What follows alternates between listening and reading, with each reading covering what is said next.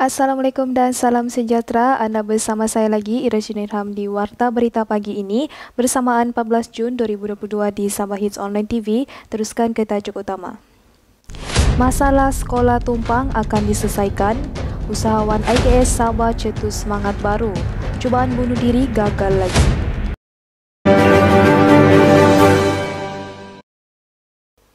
Pembantu Menteri Kejayaan Sabah, Datuk Robert Tauik dan Adun Liawan Yang Berhormat Datuk Anwar Ayub Aman telah mengkongsikan bersama dalam satu talimat khas mengenai krisis bekalan air di Keningau pada kemarin.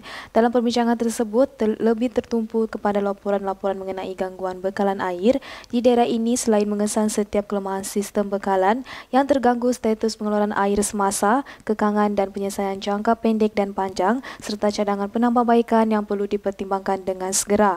Tambah beliau, talimat itu juga mendedahkan bahawa penyelesaian jangka pendek sudah dibuat dengan penghantaran bekalan ke lokasi-lokasi mendesak selain membaiki kerosakan pada pam air, meningkatkan kapasiti pengeluaran secara maksimum, persatuan dan pembukaan depo pengambilan air di loji rawatan air Adudon.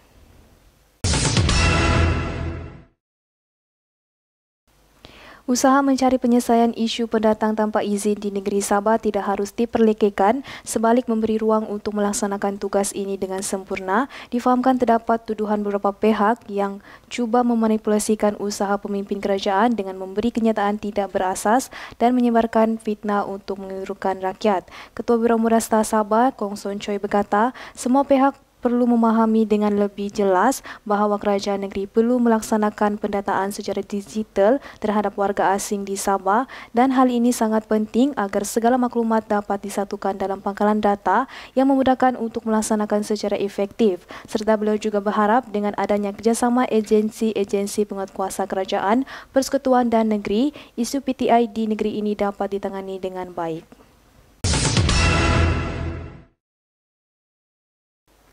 Kementerian Pendidikan Malaysia sedang berusaha gigi menyelesaikan isu sekolah tumpang membabitkan 23 sekolah, khususnya di Sabah. Difahamkan Sabah menjadi negeri tertinggi menghadapi masalah itu dan pihak KPM telah menyediakan peruntukan sebanyak 709 juta bagi membina 20 buah bangunan baru bagi menempatkan sekolah tumpang tersebut. Menterinya Datuk Dr. Razi Jidin berkata ini adalah pendekatan menyeluruh dari pihak mereka agar diselesaikan perkara sekolah menumpang ini dengan sebaik mungkin. Menurut beliau, SMK Libaran adalah salah satu sekolah yang menumpang sejak lebih 20 tahun yang lalu. Bangunan sebuah sekolah rendah dengan hasil komitmen kerajaan dan KPM, akhirnya SMK Libaran memiliki bangunan sendiri.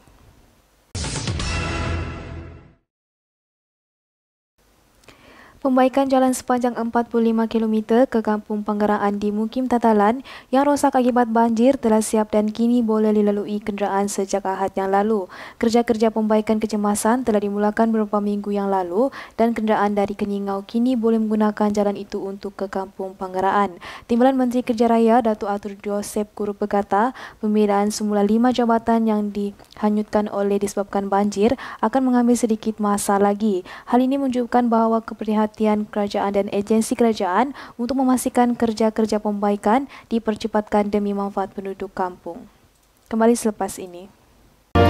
Hai kepada yang berbakat di luar sana, kami di Sabah Hits kini sedang mencari seorang penyampai berita yang fasih berbahasa Melayu, berminat dalam bidang kewartawanan.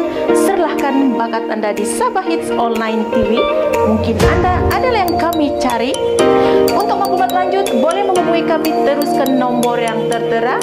Jangan malu, jangan segan, tunjukkan bakat sebenar anda. Saya Rabi Kalibau, Sabah Hits Online TV.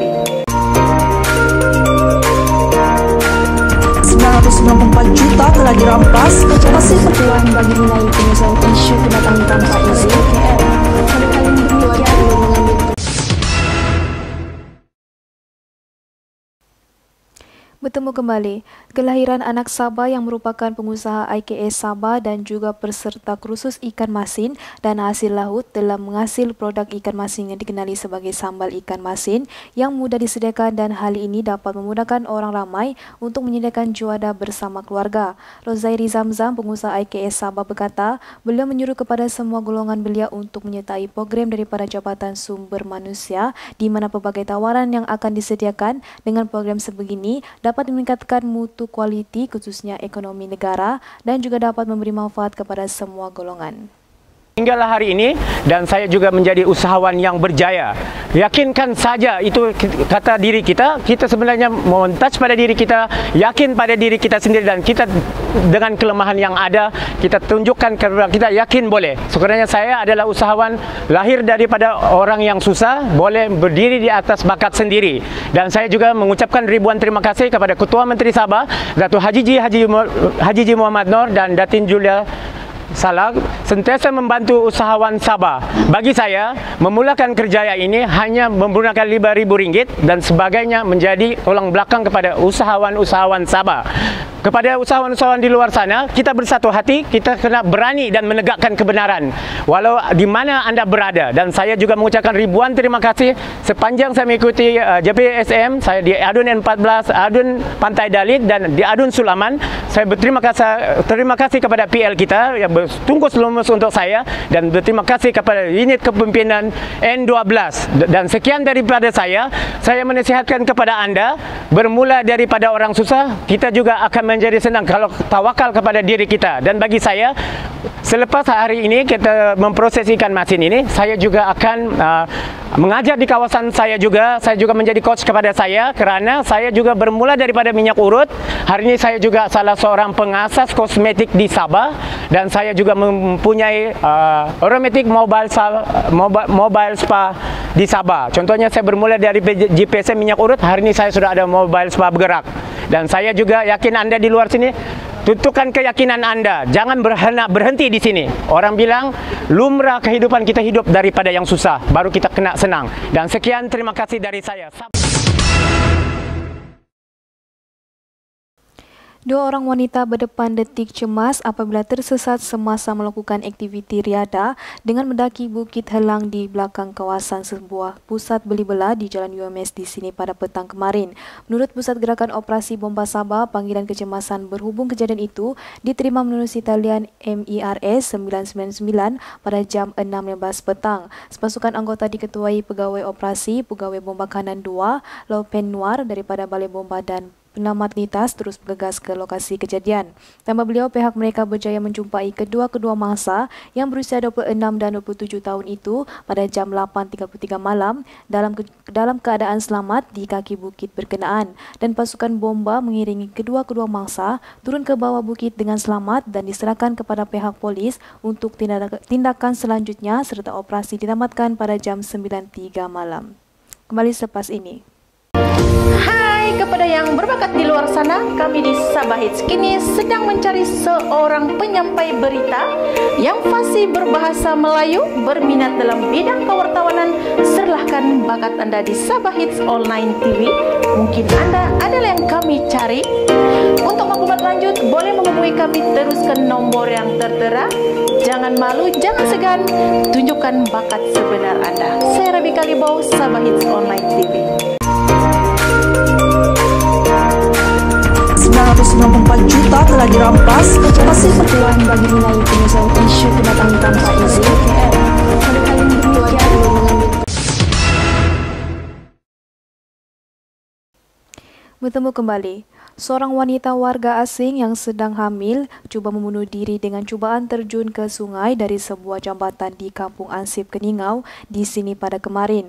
Bagaimanapun, mangsa yang berusia 45 tahun berjaya ditemui dalam keadaan selamat di tepi sungai 1.2 km daripada lokasi dilaporkan. Menurut Pusat Gerakan Operasi Bomba Sabah, Balai Bomba dan Penamat Keningau menerima panggilan kecemasan berhubung kejadian itu pada jam 8.14 pagi dan sepasukan anggota diketuai Pegawai Operasi, Pegawai Bomba Kanan 2 Nur Asrita Abdul Manan terus bergegas ke lokasi kejadian.